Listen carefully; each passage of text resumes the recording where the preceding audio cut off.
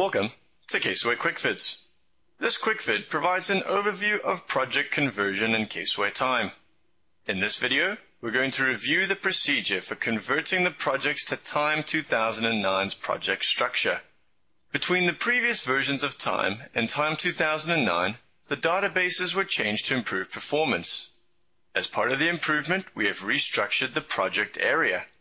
In Time 2009, a year is added to projects to make them unique in each year, for example, Audit 2008, Audit 2009. As a result, project data in Time 2009 has one more level in its hierarchy. In Time 2008, the level of the hierarchy consisted of project type and client project. However, in Time 2009, we have project type, project year, and client project. Project Conversion Wizard will take you through the steps for this conversion. Projects are converted after your Time file has been upgraded to Time 2009. To begin, open Project Conversion Wizard from the Tools menu. The first step is to identify your Time 2008 project structure. There are three options available. Choose the option that would best explain your Time 2008 project structure. Use the first option if your Time 2008 project file structure has the project year in the sub-project type. For example, if your 2008 file has project type equals audit, sub-project type equals 2008. The program will convert it to project type equals audit, project equals audit 2008. As you see, there will be no sub-project code after the conversion. The reason is that the year is added to the project. In this case, the sub-project is no longer needed in the field and it will be disabled after the conversion. Now let's go back to the first page of the wizard and this time review the second option. Before selecting a new option, I will press the reset button to clear my previous selection. Use the second option if your 2008 project type has a combination of type year and sub-project type contains text. For example, your 2008 file has project type equals audit 2008, sub-project type equals assets. The program will convert them to project type equals audit, project equals audit 2008, sub-project equals assets. As you will see, there will be a project type of audit and a project audit 2008 after the conversion. Now let's go back to the first page of the wizard again and show option 3. Use the third option if there is no year in both project or sub-project types.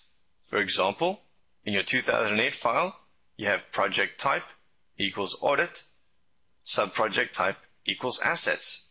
Within this option, you have two choices. You can select a default year to be added to all your projects or choose not to have any year in the projects at all. It is not recommended that the latter be used as you won't be able to keep data per year per project when you roll forward your current projects to next year. If you decide to go with the first choice, and for example you choose the default year 2009, the program will convert it to project type equals audit, project equals audit 2009, sub-project equals assets. If you decide to go with the second choice, the program will convert them to project type equals audit, project equals audit, sub-project equals assets. The second step is to locate the year in project sub-project types. This is applicable to the options 1 and 2. So let's go back to the first page of the wizard and change to option 1. By selecting option 1 or 2, you have already told the wizard that either there is a year in the sub-project type option 1 or a year in the project type option 2. We now need to let the wizard know which part of your project 2008 or sub-project type represent the year. The project will use the year while creating your 2009 project code. To do this, we use the year mask. Click Next to select a year mask. Keep in mind, project and sub-project type fields are up to 10 alphanumeric characters and right-hand justified. Let's look into a couple of examples. The first example is if your 2008 project structure is Audit 2008. You use the following year mask. This mask shows that the year is situated in the last 4 characters of the project. The program will convert it to project type equals audit, project equals audit 2008. Another example would be project P08TA. If 08 represent the year mask is as follows. The program will convert the project type to project type equals PTA, project equals PTA 2008. The third step is to select a default year for projects that have no year. This applicable to options 1 and 3 with option time 2009 project to contain a default year. We now need to let the wizard know what default year to use for such projects with no year. For example, project GEN has no year. By selecting the default year 2009, it will be assigned to the project and will be converted to GEN 2009. The fourth step is to select a date for blank start dates. In time 2009, projects and subprojects cannot have blank start dates. In this step, we will have to select a start date for the ones with blank start dates. You have 4 choices. The first choice will default the start date for all time 2009 projects to the date chosen. The second choice will require the user to select a default start date for each time 2009 project.